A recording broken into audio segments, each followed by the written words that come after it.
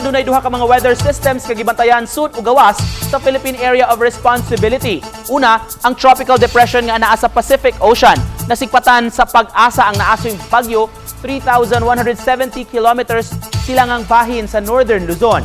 Doon na kinigikusgon nga hangin moabot sa 45 kilometers per hour. Ang ikaduha, usa ka low pressure area ang anaa sa may Philippine Sea. 570 kilometers ang gilayon niini sa silangang bahin sa Apari, Cagayan. Sa duha ka mga weather systems, ang LPA ang nakaapekto sa pipila ka bahin sa atong nasod gumikan sa trough niini. Gawas sa LPA ang hanging habagat ang nakaapekto sa southern Luzon, Visayas ug Mindanao. Ug base sa wind forecast sa Metro Weather, ubos ang tsansa nga makasud sa atong Philippine Area of Responsibility ang gibantayan nga bagyo.